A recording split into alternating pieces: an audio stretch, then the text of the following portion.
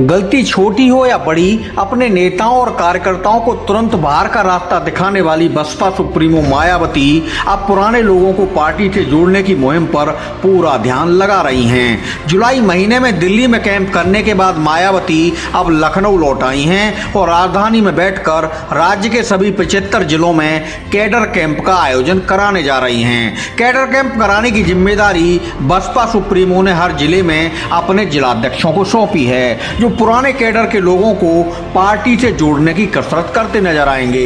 बसपा अभी तक सत्तारूढ़ भाजपा के नेतृत्व वाले एनडीए और कांग्रेस की अगुवाई वाले इंडिया गठबंधन में से किसी का भी हिस्सा नहीं है। ऐसे में मौजूदा राजनीतिक परिदृश्य को देखते हुए बसपा के सामने लोकसभा चुनाव के लिए मजबूत उम्मीदवारों की खोज करना किसी चुनौती से कम नहीं है। बसपा की कोशिश यूपी में 2019 जैसे रिजल्ट दोहराने की है, जब उसके 10 सांसद जीते थे और अखिलेश यादव की समाजवादी पार्टी महज 5 सीटों पर सिमट गई थी। 2019 का चुनाव सपा बसपा मिलकर लड़े थे, लेकिन इस बार समाजवादी पार्टी इंडिया गठबंधन में शामिल नजर आ रही है। वही मायावती अभी किसी से गठजोड़ के बगैर एकला चलो की नीति पर आगे बढ़ रही हैं। 2022 का विधानसभा चुनाव बसपा सुप्रीमो मायावती को भविष्य की बड़ी चिंता में डालने वाला साबित हुआ था, जब यूपी में पूरब से पश्चिम तक बलिया जिले की इकलौती रसड़ा सीट को छोड़कर बाकी पूरे राज्य में पार्टी का डिब्बा गोल हो गया था। विधायक संख्या के नाम पर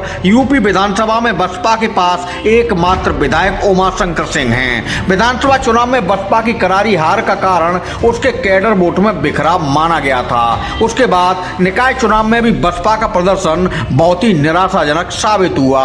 मायावती की चिंता अब लोकसभा चुनाव है, इसे लेकर वह पूरा ध्यान यूपी पर लगाने जा रही हैं। बसपा के कैडर वोट को पार्टी के साथ मजबूती से जोड़ने के लिए ही उन्होंने यूपी के सभी 75 जिलों में सितंबर महीने में एक दिन का कैडर कैंप आयोजन कराने की रणनीति बनाई है। कैडर कैंपों का आयोजन कराने को लेकर मायावती की रणनीति अपने पुराने कैडर को लोगों को जोड़ने की है। इसके साथ बसपा सुप्रीमो यूपी में लोकसभा चुनाव के लिए उम्मीदवारों की खोज का काम भी तेजी से शुरू करा रही हैं। पिछली बार मायावती अपने भतीजे की शादी के बाद निकाय चुनाव के समय लखनऊ आई थी और 3 महीने तक यहाँ पार्टी की समीक्षा के बाद 5 जुलाई को दिल्ली लौट गई थी। मायावती लोकसभा चुनाव को लेकर आने वाले दिनों में समीक्षा बैठक करने वाली हैं। अन्य प्रदेशों में होने वाले विधानसभा चुनाव के लिए तैयारियों को अंतिम रूप देने के बाद मायावती अब मिशन यूपी पर फोकस करते हुए लखनऊ में रहेंगी।